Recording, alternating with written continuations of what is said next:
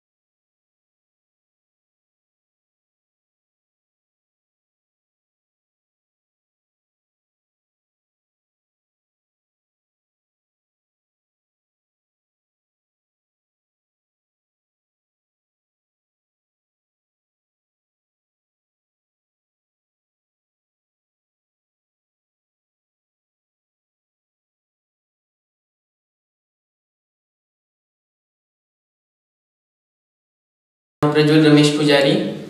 आम्ही 5 पिढ्या झालं या मंदिरात देवीचे पुजारी आहोत। आम्ही या देवीच्या सेवेत कार्यरत आहोत। या देवीच्या नवरात्र महोत्सव इथे मोठ्या उत्साहाने साजरा होतो।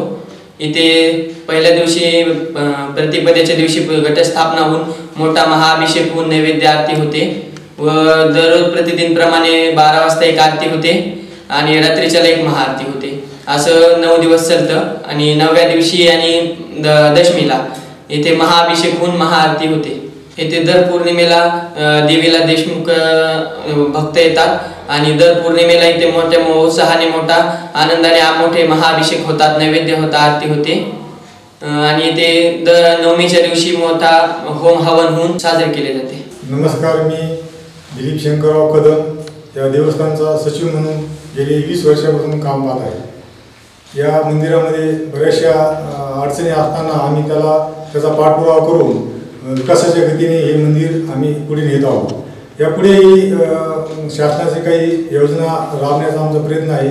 तसं तीर्थक्षेत्र विकासामधून ब दर्जामध्ये हे देवस्थान घेण्यात यावं अशी आमची पूर्ण तयारी आहे आणि त्याचा पाठपुरावा आम्ही करत आहोत। यापुढे बरेचसे कामं आम्ही करणार आहोत आणि येणाऱ्या भाविक भक्तांसाठी जेवढे काही सुविधा या ठिकाणी पुरविता येतील तेवढ्या पुरवण्याचा प्रयत्न करीत आहोत। मोठा आवाज।